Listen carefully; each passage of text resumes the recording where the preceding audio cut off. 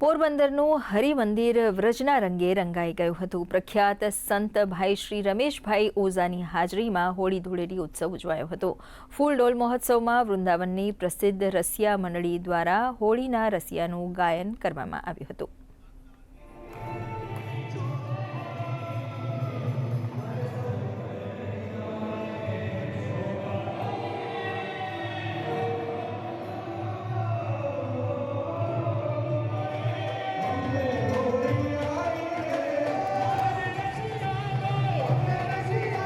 હોળીના દિવસે જે દહન કરવાનું છે દહન થઈ જાય છે અને પ્રહલાદ જેવી જે સાત્વિકતા છે, સજ્જનતા છે, એ સુરક્ષિત રહે છે।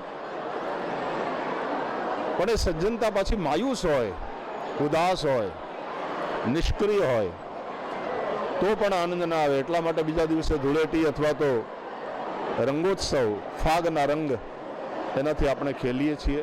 એટલે આ સકારાત્મકતાથી અને મેં કહ્યું એવા જીવનના સકારાત્મક રંગોથી રંગાવાનો અને જીવનને ઉત્સવ બનાવવાનો આ અવસર છે। બધા જ આપણા પાંચે પાંચ મંદિરોમાં પોતાની આંતરિક શક્તિ લઈને એમની જે ધૂળેટીનો ભવ્ય રંગથી રંગ્યા અને પછી આપણે બધાને જે રંગની વર્ષા કરી, ઉમંગની વર્ષા કરી, આનંદની વર્ષા કરી અને આશીર્વાદની વર્ષા કરી। આ પોરબંદર માટે નજરાણું છે, માત્ર પોરબંદર નહીં આખા વિશ્વ માટે નજરાણું છે કે આવા સંત પૂજ્ય ભાઈશ્રી પોતે હોળી ખેલે અને આપણને આશીર્વાદ આપે।